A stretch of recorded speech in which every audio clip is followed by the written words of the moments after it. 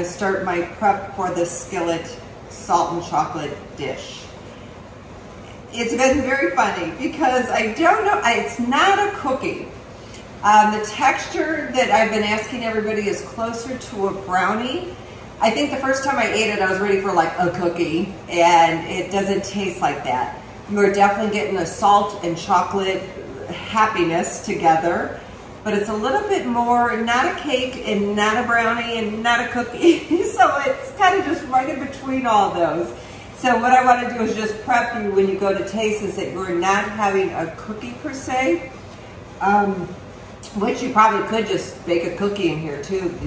You know, we love our Nestle Toll House cookies, so you would maybe do that.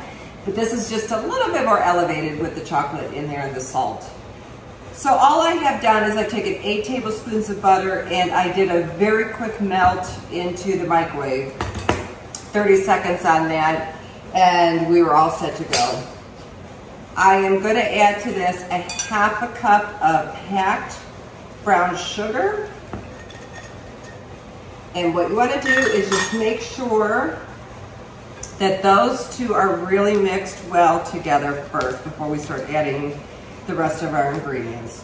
So you don't need a blender or anything like that. I just use a good spatula, or if you have a spatula, but I love my spatulas because it kind of helps scrape my bowl, especially when we get to the flour. But what we're going to do is just put in here and get those two mixed up. Real simple. Half cup of sugar will go into here. And what I did is I just lightly beat it with a fork, 1 egg, so I don't have to worry about this as I'm mixing this. So we're going to add 1 teaspoon of vanilla into there. So I'm going to mix that in.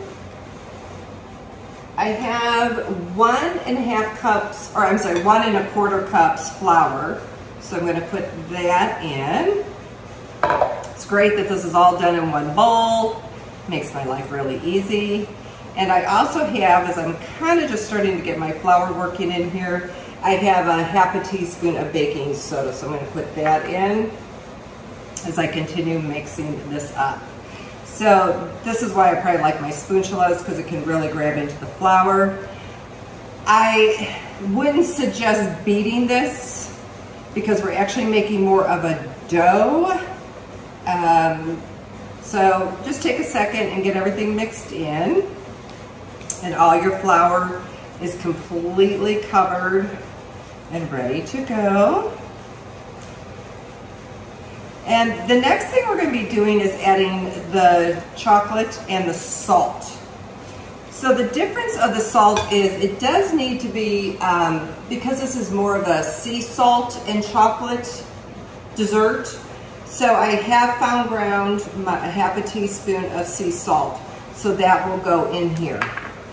When I cook this or bake this and then bring it out, I do take, and I really do like Maldon, M-A-L-D-O-N salt. You can get it on Amazon, or there's a couple other places, but it's more of a fine ground sea salt. It's absolutely beautiful. So when this all comes out, I'm going to take a little bit more of my dark chocolate and a little bit of the salt, and I'll lay on top just as it's going to slightly kind of melt right there. So it's really good.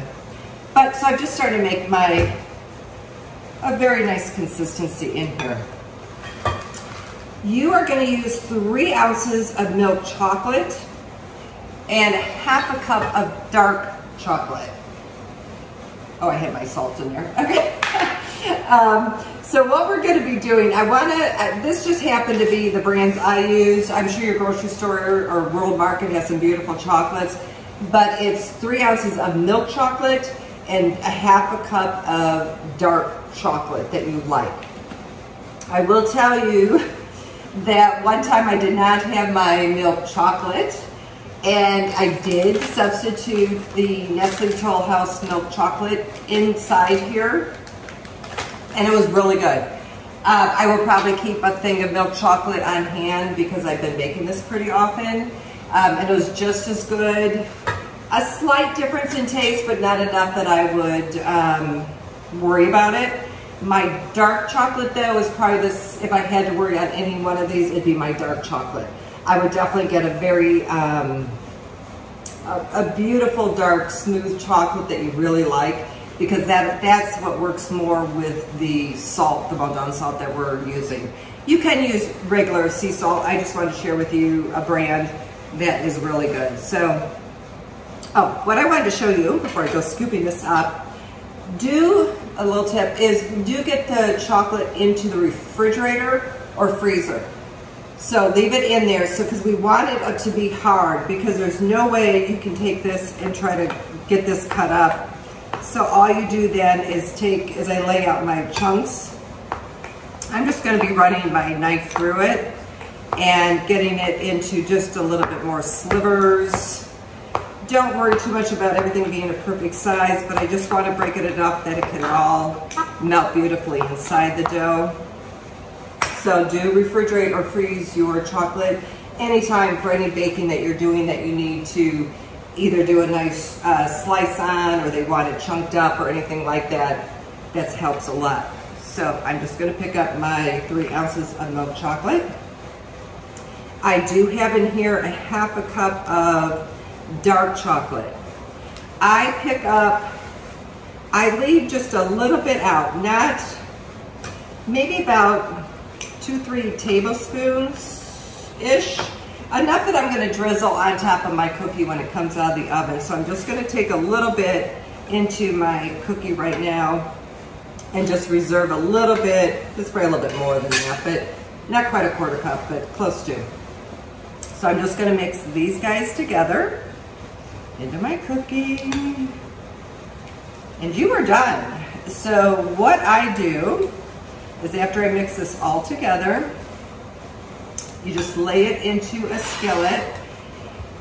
I would not go any bigger than an 1/8 inch. You could, honestly, I would be worried about if you went bigger than that, because it's not like it's a real thick when I cut this up, and you'll see that later.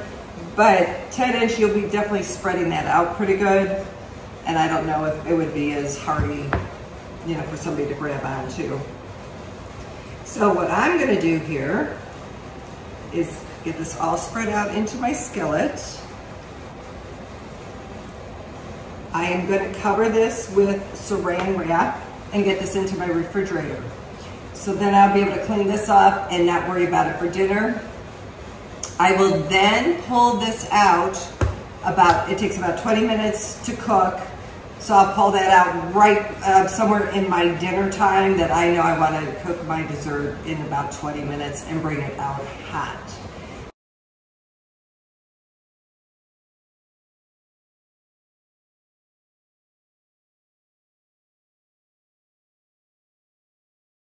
I also wanted to share you, sometimes I would talk about having your sideboard be cohesive to your table. It's also very functional for me. So tonight, because we for sure are having a dessert, I actually have set my charcuterie board in place for getting ready for the dessert. So what I do is I've laid it out already. I've got my spoons, so I don't worry about digging for those, or forks. I'm going to be bringing out ice cream, so I have my ice cream scooper here, plenty of plates for everybody. We always have balsamic on everything, so that's usually out here. And then I also have a hot plate ready to go, because I know my skillet chocolate and well-done salt brownie will be coming out, so I'm going to have that ready for my charcuterie board. And then if somebody just wants ice cream, I have just the cups for that.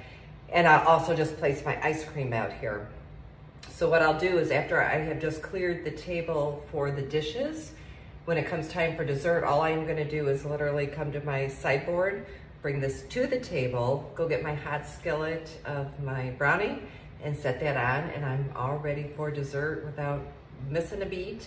And especially if I have a cocktail, I don't want to be worrying about scrambling looking for things. So I always set my charcuterie board if I use it for my desserts, or if I was doing any other kind of dessert, I would kind of set it up here and I can just shift it. So all I know is I need to go get my ice cream and my skillet, and I'm good to go.